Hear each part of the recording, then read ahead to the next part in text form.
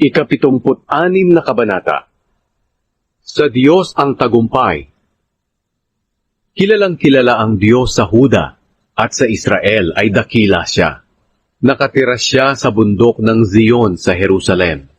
Doon sinira niya ang mga nagniningas na palaso ng kaaway, ang kanilang mga pananggalang, espada at iba pang kagamitang pandigma.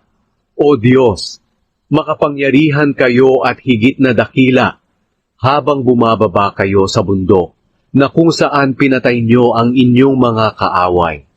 Binawi nyo sa matatapang na sundalo ang kanilang mga sinamsam. Silang lahat ay namatay na. Wala nang makakapagbuhat pa ng kamay sa amin. O Diyos ni Jacob, sa inyong sigaw, ang mga kawal at ang kanilang mga kabayo ay namatay.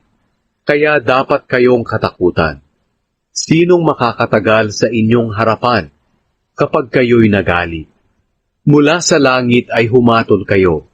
Ang mga tao sa mundo ay natakot at tumahimik nang humatol kayo, O Diyos, upang iligtas ang lahat ng inaapi sa daigdig. Tiyak na ang galit nyo sa mga tao ay magbibigay ng karangalan sa inyo. Ngunit hindi nyo palubusang ibinubuhos ang inyong galit. Mangako kayo sa Panginoon na inyong Diyos at tuparin ito. Lahat kayong mga bansang nasa paligid, magdala kayo ng mga regalo sa Diyos na siyang karapat-dapat katakutan. Ibinababa niya ang mapagmataas na mga pinuno. Kinatatakutan siya ng mga hari rito sa mundo.